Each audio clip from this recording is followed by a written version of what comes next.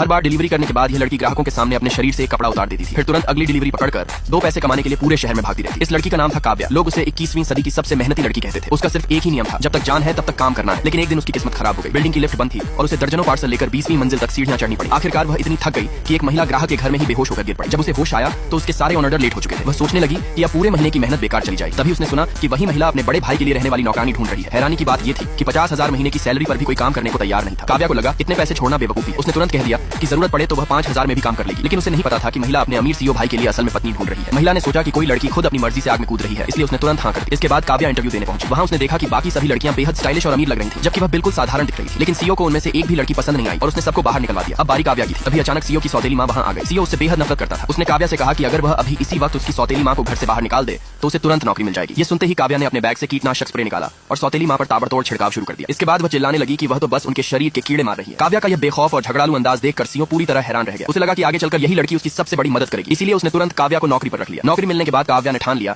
कि वह इतनी बड़ी सैलरी वाली नौकरी किसी भी हालत में नहीं छोड़ेगी। पहले ही दिन उसने घर के बाकी नौकरों का सारा काम खुद करना शुरू कर दिया। सफाई से लेकर टूटे सामान ठीक करने तक वह हर काम अकेले करने लगी। घर के बाकी नौकर हैरान थे कि मालिक की पत्नी बनने वाली लड़की उनसे नौकरों वाला काम क्यों छीन रही है। धीरे धीरे उसने सीईओ के खाने की जिम्मेदारी भी अपने ऊपर ले ली। वह अपने हाथों से साधारण सा सूप और नूडल्स बनाकर उसे खिलाने लगी। लेकिन घर के 5 स्टार शेफ को पूरा यकीन था कि सीईओ यह खाना कभी नहीं खाएगा, क्योंकि पिछले 28 दिनों से वह किसी भी खाने से खुश नहीं हुआ था। अब सबकी नजर सिर्फ इस बात पर थी कि क्या इस बार सीईओ काव्या के हाथ का खाना खाएगा।